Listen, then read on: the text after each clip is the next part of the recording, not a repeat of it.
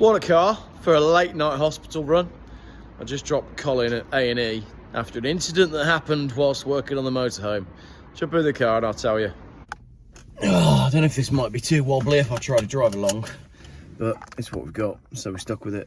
Basically, we were cutting the wall boards for the motorhome, and new hoodie, by the way. Do you like it? I paid for it, and I don't mean that because I don't normally pay for clothes, because I go through the self-serve, and you help yourself and get one free when you go through the self-serve. Everybody knows that. I mean, I actually paid for it, as in it's not a brand sponsorship. I tried, but Animal haven't got back to me, so I had to pay for my own hoodie. Yeah, we were cutting the wall boards for the caravan, and we were actually on the last piece for the evening. And then we were working in the dark, and Colin basically sliced his finger off with a Stanley knife. So if you know how to do wallpaper and you're in the Worcestershire area, I've got a job for you, because Colin's now out of action. So that's pretty amusing. Speaking of product reviews, I've got a couple of product reviews coming up, and as you know from watching previous Jeff videos, I'm not very good at those, so they'll be done in my own good style. Going to be reviewing a lawnmower. That's going to be exciting. An electrical one that walks around on its own. That's going to be hilarious, because that's basically Terminator 2 in it. The machines are taking over and they're cutting the grass for us. So we've got one of them coming to the channel, and pants as well. I got some new pants. That's exciting. So all of this and more coming up in Jeff Does Product Integrations. Thankfully they're not paid for ones. I haven't been paid for them. I just got some freebies, and when you get paid, usually they give you a script and they give you a load of stipulations as to what you have to do. But when you get freebies, you're more free to do what you want. Anyway, hopefully Colin's going to be all right. He has done a proper job on his finger with the Stanley knife. But that means, I mean, what's the time now? It's 11 o'clock now. It means I get to have a run out in the 7 Series, and I absolutely love this BMW 7 Series. It's just such a comfortable old cruiser. Even though, when I have done late night cruises lately, why is the motorway down to 40 mile an hour? Does anybody know? The M5 was 40 mile an hour for no reason, and then 60 mile an hour. So that's the M5 where they've been adding refuge lanes. So we had a 3-lane motorway that functioned perfectly well at 70 mile an hour. We got rid of the 3-lane motorway with a hard shoulder, and we replaced it with a 4-lane dynamic motorway that turned out to not be as safe, and that meant that they don't let you go as fast because it's not as safe. And now they've removed the speed limit again, so that they can add refuge lanes to the 4-lane that is going slower than the... Why didn't they just leave it alone? And the answer is because if they just left it alone, then the people at Highways England and all the people that are involved in building motorways wouldn't have got all of their government funding. Once again, it all comes down to money. Speaking of which, we're on the back foot now with the Malvern Hills Trust thing. I haven't yet had a knock at the door from counter-terrorism police, but it's very encouraging to see the comments. I might put this light on actually.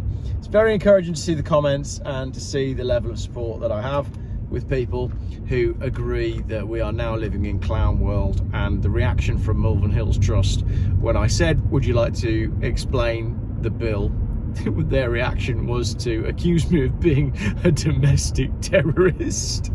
When you put it that way, isn't it funny?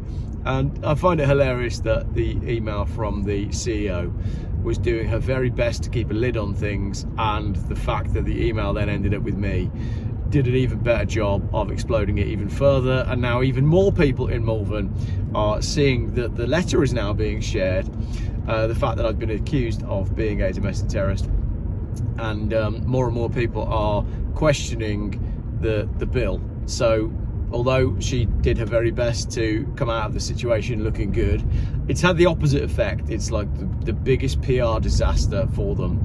And that's fine by me, because I was having this conversation earlier on the phone with someone, and across the 3 videos that I've made about what's going on at the Malvern Hills Trust, I can hold my head up high and say I have done nothing but tell the truth and share the viewpoints of people who are rightfully concerned about the bill. and all of the communication that I've had from the Malvern Hills Trust about the bill only seeks to further prove that they clearly have something to hide in that they're so desperate to shut me up. And the whole situation in Malvern's an interesting one, and it will be an interesting case nationally, because it's one of the few places in the country where they have this precept, which is this compulsory part of your council tax that goes to them. So they claim to be a charity, but they're trying to function as a business, but they want to function as a business while still getting this bit from the council tax as well. So I reckon we should let them do what they want, but no more money from council tax. That's got to be the way. So, but no, at the same time, they shouldn't do what they want, because when you read their minutes from last year's trustee meeting, it says there in black and white, it's actually green and white because the text is green, that one of their jobs is to uphold the natural beauty of the hills and ensure that there is no building and there is no development on the hills and the commons. But the only thing that the private bill will give them access to do is to raise money off the land by adding building. I think it's all about houses and solar panels, like everything is at the moment. It has to be. If you want to get access to that gigantic pot of net zero cash, you need to be able to utilise the land, and at the moment they can't utilise the land because of the way the Malvern Hills Trust is structured, because that's the way it was built for that exact reason. So they're trying to undo everything. Anyway, I'm hoping that there's not going to be any more videos about the Malvern Hills Trust, because I'm kind of bored of talking about it. So, you know, if they want to build solar panels and houses, then fine, knock yourselves out. It's the people of Malvern that should really be doing this bit. It shouldn't be down to me to explain to the people of Malvern that they're about to lose the thing that they love about Malvern. I mean, there's enough going on in Malvern anyway, which I'm not going to talk about in this video. We're going to wait and see what happens, but there's more to come in Malvern to do with empty accommodation and what it may or may not be used for in the future. Anyway, that was a long introduction to what is a review of my BMW 7 Series. I think the E38 BMW 728 is absolutely one of the finest cars ever made. This car is so refined and it's so lovely. It's just a lovely car, and the engine is beautiful. And if you don't want to go anywhere fast, if you've had a long and stressful day, and if you're just out for an evening drive, the 2.8 litre 6-cylinder engine is an absolute peach. It really is lovely.